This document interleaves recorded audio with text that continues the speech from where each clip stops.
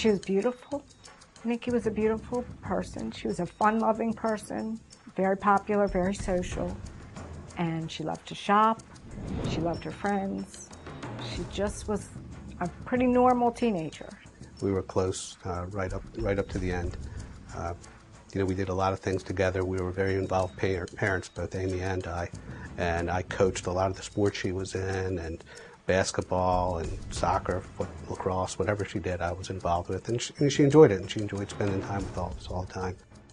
We had a fight, and she stormed out of the house, and when I went and looked through all her things, I found the drugs.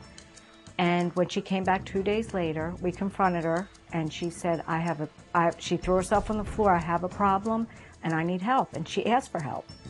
And we took her right away to a hospital and got her detoxed and right into a 30-day rehab. Earlier on, I'm sure she, smoked marijuana or got high and did an occasional drinking, but she was not a heavy marijuana user. She was not a drinker. Her drug of choice originally was OxyContin that she became addicted to. And unfortunately, they progressed from there to heroin.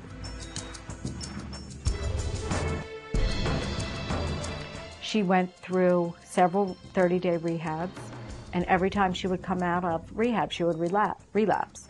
So the last time she relapsed, she said, I have a really bad problem and I need to go away for a very long time. And we found her a place in Arizona that was a year, and she did beautifully there.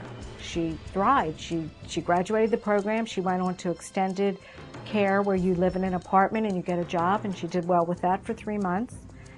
And then she moved out on her own, and it was within weeks. She relapsed and overdosed.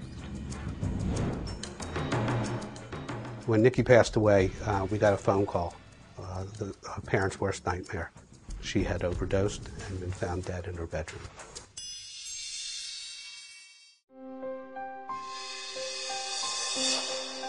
During Nikki's adolescent years, there were some red flags, some things that went on that when we look back now that we're more educated on addiction and so forth, that we probably would have addressed a little differently. We kind of ignored some of the signals that came out, some of her behaviors in not bringing friends to the house, not coming to family functions, not answering the phone or speaking to us for a couple of days. When we call there, when she was living alone in college or whatever, 2, 3 in the afternoon, she'd just be getting up, things like that.